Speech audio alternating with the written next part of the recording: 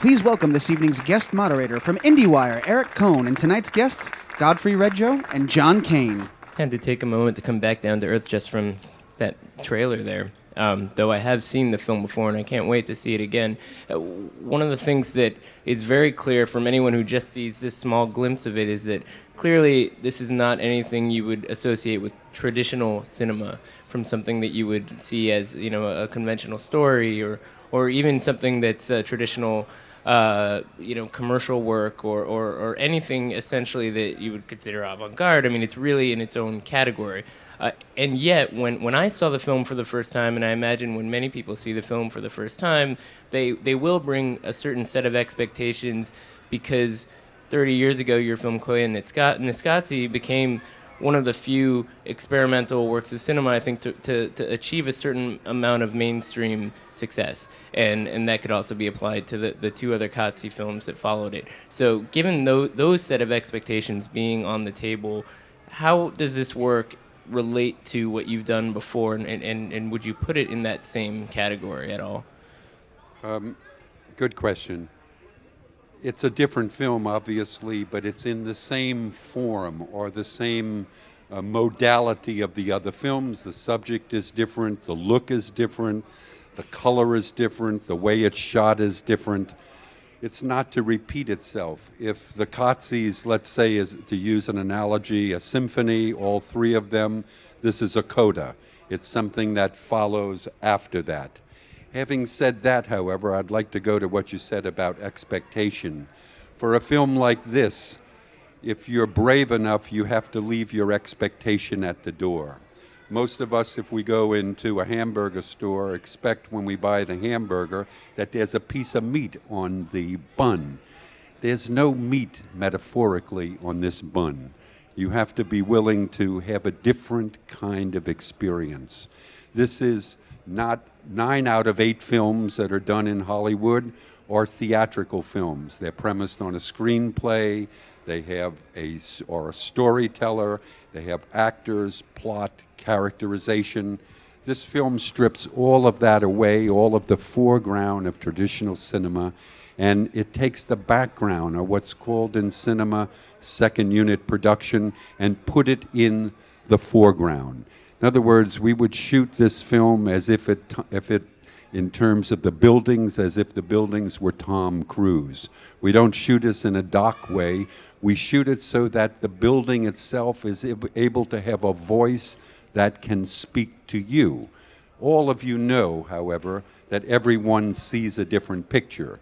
So if there are, let's say, 100 people in the audience, and after the first 50 leave because they can't find the meat on the bun, and the rest of you are brave enough to stay, each one of you will have a different experience, because this film is an autodidactic experience. You are the storyteller, you are the plot, you are the character of the film. I think the line I heard you use before is that this film is about your experience while you watch it, which is I think a great selling point. It could even be on the poster. John, do you want to add to that? The film is basically it's images and music, and the soundtrack is in one place and the images are in another. And as Philip Glass likes to say, you know, when the audience makes the journey between the music and the images, the experience becomes very personal. It's like everyone's had the experience of being on the train and you have your iPod on and you're listening to music, and suddenly, you know, the whole world is like a music video or a movie that you're starring in, and your mind puts that whole thing together. Well, that's you having a personal experience with the music and what you're seeing. And to an extent, without dumbing the whole thing down too much, that same process is at play with a movie like this. There's an incredible soundtrack, you know, original soundtrack by Philip Glass, and the images that we put together, and there's a space between the two. There's no clear narrative roadmap that tells you what to feel, just like if you're experiencing sunset. There's no meaning to the sunset. There's no story behind the sunset, but the sunset can be meaningful to you for whatever reason. So all these kinds of perception tricks that your mind plays in and processes that your emotions go through vis-a-vis all that is what a main engine of the experience of the film. And that's why you could have 100 people in the audience, and you could have 100 different we hope that you'd have 100 different interpretations of what the film means precisely. John, when you first worked on these earlier films, I think that people weren't really that used to seeing images flow in that kind of a non-linear, non-narrative fashion. Nowadays, I think, people are sort of versed in the vernacular of YouTube mashups and whatnot. So having experienced that earlier response to the film and then going through this collaboration, I mean, how would you compare those? There's a major, major difference between this film and Godfrey's other films. I was involved in the last Katsi, Nakoi Katsi. Koyaanisqatsi I saw when I was a freshman in college. I actually changed my major from law to film because of that, but that's another story. So you still felt the effects? Definitely, but there's a major difference in this film, which is the pace of this film. And there's a difference between this film and the way most people experience, you're mentioning YouTube and this and that and the other. I mean, we're in a attention deficit disorder, mental health crisis situation with the way we experience media. This film, in the 86 minutes, there's only 74 shots. So if you do the math, I mean, each shot is about a minute long, and some are much longer than that. So it's images and music, but it's the opposite of MTV world where I come from, where it's all about cuts and graphics and layering and, bombarding the senses. This is the opposite. This is asking the audience almost to walk into a mindfulness exercise or a yoga situation. It's asking the audience really to be quiet and to pay attention. And as Godfrey likes to say, the quieter a person is, the stiller a person is, the more heightened their senses become, and this film is asking you to engage in that. So 74 shots, so how do you go about mapping out something like that? Is there an element of improvisation? Is it stream of consciousness, or is it more methodical than that? Well, a couple of things. If we knew what the film was going to be before we made it in its completeness, then it would be, for me, not interesting to make. This is a process of collaboration. It's a process of not searching for something or trying to come up with a logical idea. It's more a question of what you can find within yourself and how to give that form. Now, having said that, there's a method to this madness, and that begins with sensibility. It begins with a feeling that, at least for myself, I struggle to give name to. So I do what's called a dramaturgical shaping. And that's principally to get us off the paper and onto film. Because, as I said earlier, this is a pictorial composition, not a literate composition. It's all about the photography. So a lot of work goes into what are the motor speeds, what are the lenses, what is the color, will the camera be moving or completely still, what's behind the subject. All of it is about the photography. Once the photography is shot, then you get to see whether that has any relationship to your idea that you had before you shot it. But let me say this, if you're attentive to the film, it starts to speak to you. It tells you what to do. For those of you that might be, say, a sculptor or dealing in that medium, if you don't have a relationship with the stone, if you don't know the nature of the stone, if you don't have a intimacy with that stone, you're certainly not going to know how to start cutting it, how to start sculpting it. Well, it's the same thing with a film like this. The medium itself you have to have respect for and you have to be attentive to because it speaks to you. Contrast that with beginning with a screenplay that's written before the film is made and then the opportunity to realize that play. It's a different form. Screenplays are based in literature. This is based in image. It's a wholly different modality of construction. And it's one that, oddly enough, is not that prevalent in commercial cinema. Commercial cinema is principally theatrical films based in literature about text. This Narratively film based. is about texture, not text. Now, you've been using the word film a lot, but John, as editor, obviously, you can certainly speak to the fact that this was very much a digital production. In what ways would you say that where technology is right now informed the result of both the experience of the movie and the production? Well, one of the things Godfrey's talking about, he said that so almost like a character in this film, a main part of the atmosphere is the quality of the photography. And to that end, we finished this film in 4K. I don't know if anybody knows what that means, but it refers to the resolution of the image. And at the time, 2 years ago, 4K now is still tough to deal with. There are 4K theaters.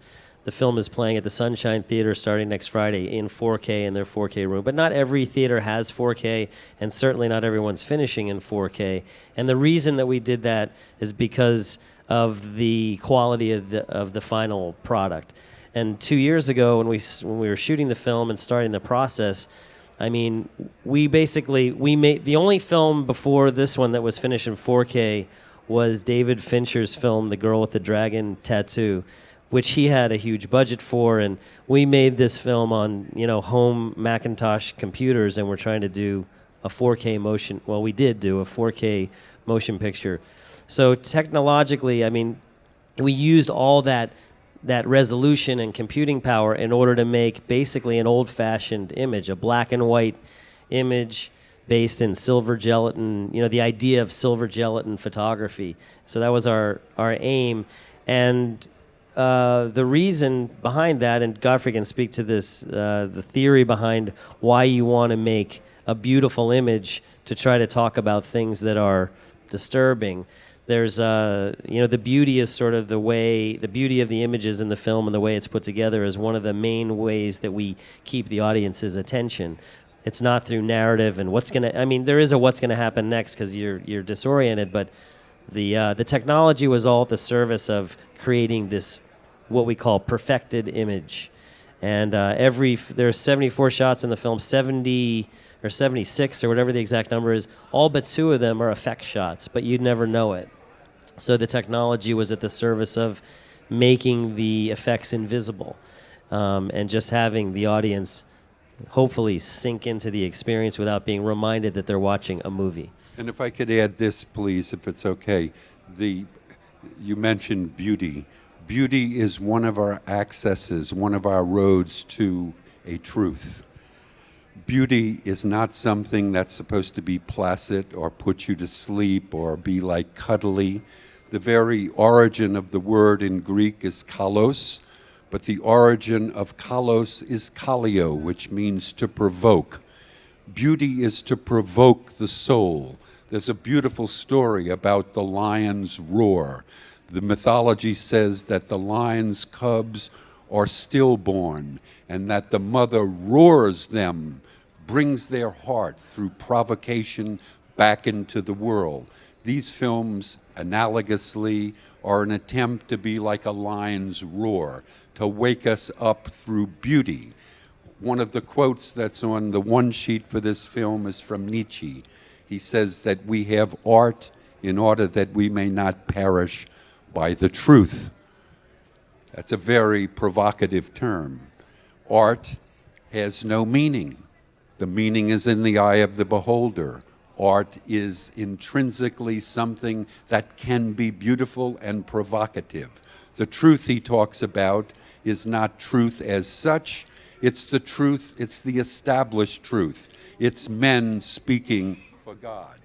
This is what he wanted to avoid, us speaking for the Home Office. And he felt that art, which is not subject to ideology, if it is, then it's propaganda or social realism or advertisement.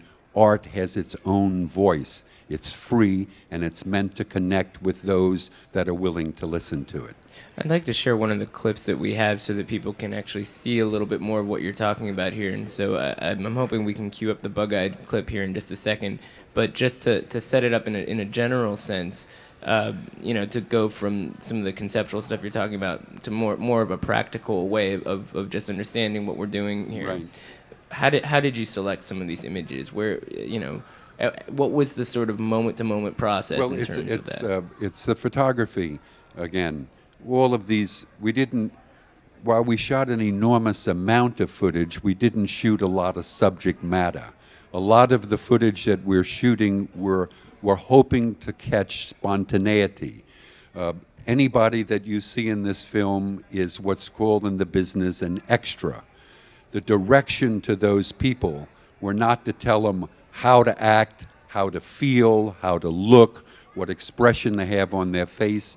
The direction was to put them into a circumstance, a context where the people were doing what they normally do every day to begin with. So, for example, children watching television. We can't tell the child to have an automaticity on her face, an emotive expression that comes through like a freight train and disappears. This is the result of watching something on a tube. They all knew they were being photographed, but they were being photographed through a two-way mirror, so that what they were looking at, actually the camera was right behind. We had to film a lot of people, one subject, but a lot of people, in order to find that which was going to be most articulate. All those people were only doing what they normally do. They were never directed to have this feeling or that. We were able to capture it with the photography. But also the answer to the question is that we spent months watching. We watched, obviously, all the footage, but we watched all the footage in real time, multiple times, and one of the most basic parts of the collaboration was those early screenings. We were watching these hours and hours and days and weeks, really, worth of footage, and coming up as a group. We do all the editing at the studio in Red Hook, and there's a whole group of us. We could feel, as we watched the material over and over again, how we were getting a shared language of, okay, that's obviously not, that one doesn't work. We don't have to talk a lot.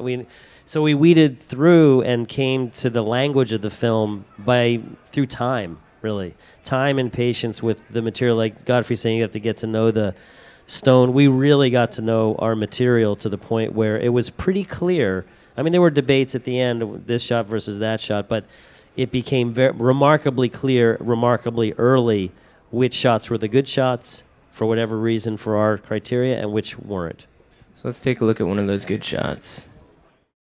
So what you notice, of course, is that you're looking at the screen, but of course the screen is looking back at you. The dynamic is a reciprocal gaze.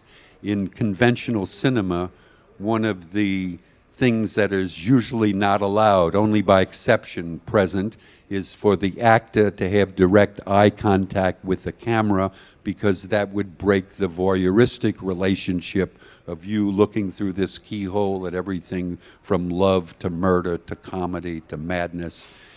This film breaks that because these people are in dialogue with you. So it's whatever that stimulates in you becomes the narrative of the film. And it might also be important to point out that this reflective gaze isn't only taking place with human subjects. You have a gorilla that's a prominent face in the film. The star of the movie. Star of the movie. What's her name? Trishka. And the reason for her is that the film has three main characters, if you want, or a group of characters: the gorilla, humans, and cyborg. In this film, the gorilla is the adult in the room. She's a lowland female gorilla. Her face looks most like human animals, like us.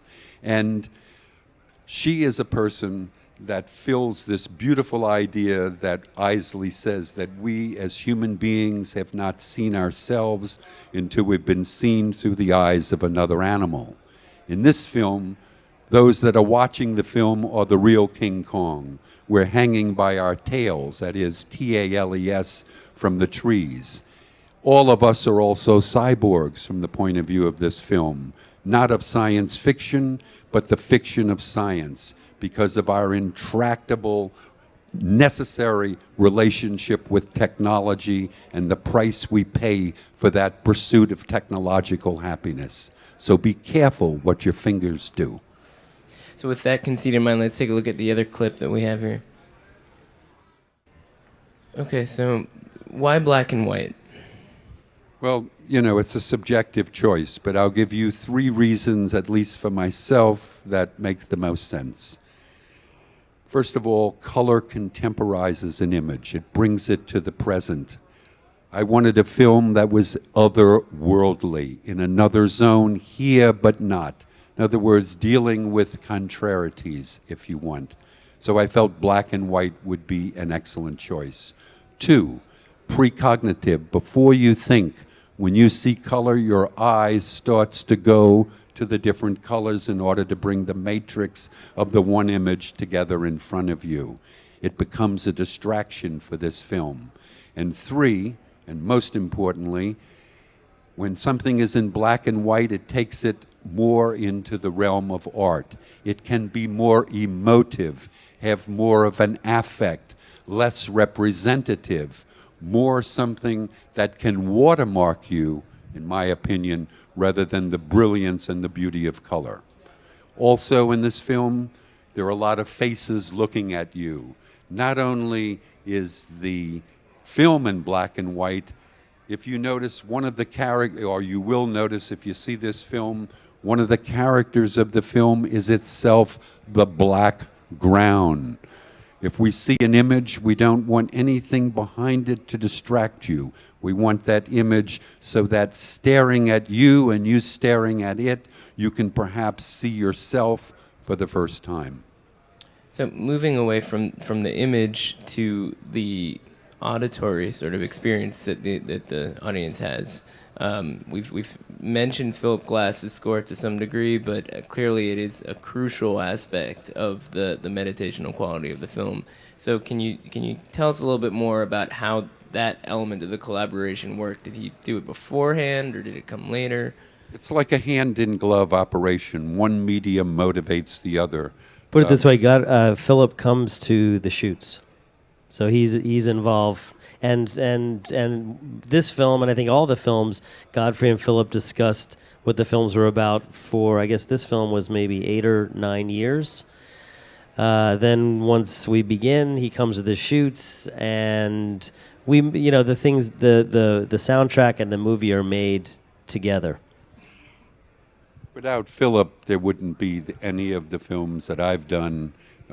He's not just a partner, he's implicated in he's quintessentially involved in the making of the film. We want to try to be able to see his music and hear these images, and by putting those 2 things together, Philip's music allows that to happen.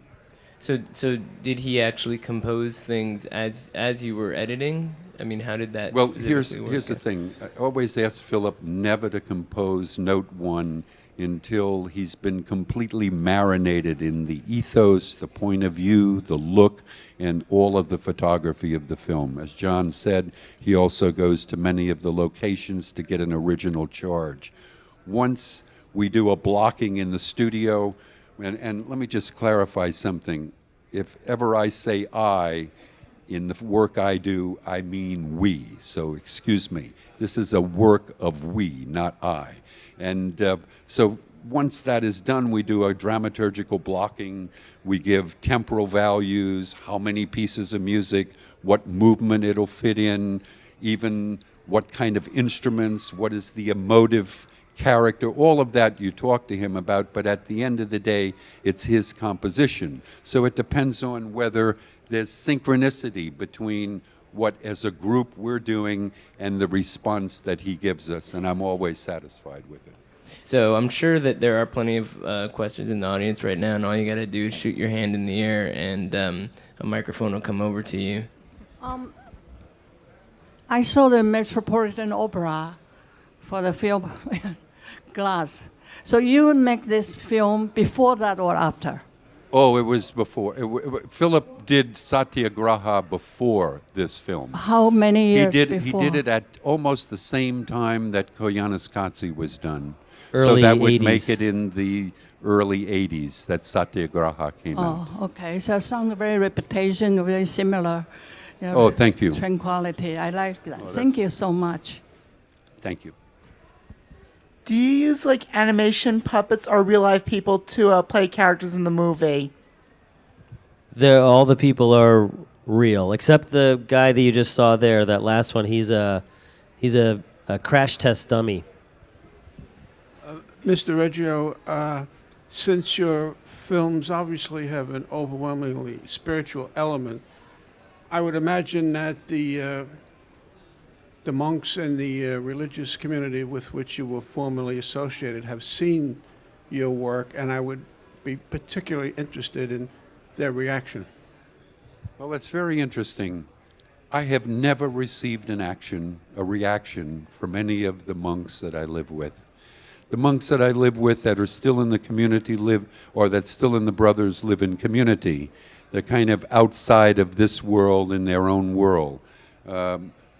Maybe it's because I took final vows at 25. I went in at 14. At 28, I was asked to leave my order because of scandal. Not anything sexual, nothing juicy like that. It was more about working with street gangs and delinquents and having the audacity to try to change the order. So it left kind of a bad taste in some of the monks' mouth, I think. But I've never, ever received any response from the brothers, and it's been like almost 40 years. My question, what for the first impact I got when I got here, and also from reading the description, so I guess it's a critique to technology, and see like this presentation at an Apple store. So just like like next to the Apple logo, kind of struck me as like a paradox. You're very right. And second. Close. And second, sorry, I don't want to be like, I don't want to make you uncomfortable or be in a pain in the ass. But like, second is like the Nietzsche quote you use. I got your explanation, so now I can understand it better, but I found it a little bit pretentious. Well, I wish I'd have known you before this moment. Maybe I would have not used that pretentious term and used another quote from Nietzsche. But I used that quote in order to provoke you, and it did. And I'm pleased, even if it's got that response. And what was the first part of the question? The paradox. The paradox, yeah. You'll have to see the film. I don't know if you know, I live in the southwest of the United States, and we have big forest fires. And one of the things that happens in order to deal with forest fire is that sometimes you have to create a fire in order to backdraft the real fire that's happening. Technology, for me, is the most misunderstood subject in the world. It is, we keep thinking it's the use or misuse we make of it. It's something that has no intrinsic value. It's neutral. That, to me, is not real. Technology is as ubiquitous as the air we breathe. It is remaking the world in its image and likeness, and we're like the test dummy here, strapped in for the ride. So I wish us all good luck. Be careful of the technology. And it's no way to be careful anymore, please, with all respect, beyond Apple. It's the very organization of life today that is technological. The technology is the environment we live in. And being human animals, we become the environment we live in. In that sense, all of us have now become technology. It's not out of us as something separate from us. It's implicated in the very nature of who we are because we become the environments we live in. How and when did the idea of the unusual genre and silent movie and all the unusual features come to you? Godfrey has a long history of films like this. Well, it might have something to do with mental illness also. Let me try to explain. I felt for years that I was going nuts. And then I had the good opportunity to meet a Kikmungwe, or a spiritual leader of the Hopis named David Manange. And David says, look, Godfrey, everything that you call sane, I call insane. Everything that you call normal, I call abnormal. That was music to my ears, because that's the way I feel about the world we live in. As terrible as war is, as terrible as social injustice is, as terrible as disease is, they pale in comparison to the horror, for me, of ordinary daily living. And it's, as Einstein said, the fish will be the last to know water. We will be the last to know technology because it's inescapable. We live in it. It's our very life breath. If we forget it, it remembers us. So our last one is coming up from over here. Can you speak to the relationship between the films you've made in the past to what you're trying to do with this film? Well, it's kind of bringing it full circle to some degree. That's how we started. I can say for Godfrey that and you can mop up afterwards. This film is in the same genre in its basic form, which is music and images. There are no words. Godfrey's made 3 feature films before this, and then there are some other short films, but they're all basically the same genre, Philip Glass music and images. The first 3 are a trilogy called the Katsi trilogy, Koyaanisqatsi, Powakatsi, and Nakoikatsi. And they live as a suite together, relating to each other thematically over 3 films. This film is the same basic genre, it's images and music, but it's a huge departure in terms of the subject matter and the way that we deal with the ideas. It's something less rational than something more emotive. I wanted to make a film that was based on the idea of the moving still, of being in motion but still at the same time. If you look at Koyaanisqatsi, which you've seen, it's about acceleration, how we're outrunning the future. It's about how all those things that are present that are so obvious we don't see because we're immersed in them. I wanted to take a completely different look at the same subject, but from another point of view, from the point of view of stillness. As John said a little earlier, I believe clearly that the more still a person is, the more still they're able to be in the middle of this acceleration, the more sensitive they become to the place they're in. So I felt to be more sensitive to this acceleration, I wanted to have a movie that slowed down the tempo. So, for example, in most theatrical films, the average cut is anywhere from 3 to 5 seconds, generally. The average cut here happens every 70 seconds, as an average. Some are longer, a few are shorter. It's I learned as a brother, and I never really got a chance to do it in a film until now, that if you want to see that which is most familiar to you for the first time, you must stare at it until it becomes strange. And so I wanted us to stare at ourselves until we see ourselves for the first time and see how we are really off-planet living on the moon. So it's one thing to talk about the sort of concepts driving this film. It's something else altogether, I assure you, to see them put to action. It's really sort of a next level form of meditation, and the opportunity to slow down in today's information age is very much welcome. So I encourage all of you to go see the movie next Friday at the Sunshine and tell others as well, because it's a great form of counter-programming. Thank you to both of you, and thanks all of you for coming out. Thank you all. Thank you. Everybody join me in thanking tonight's panel.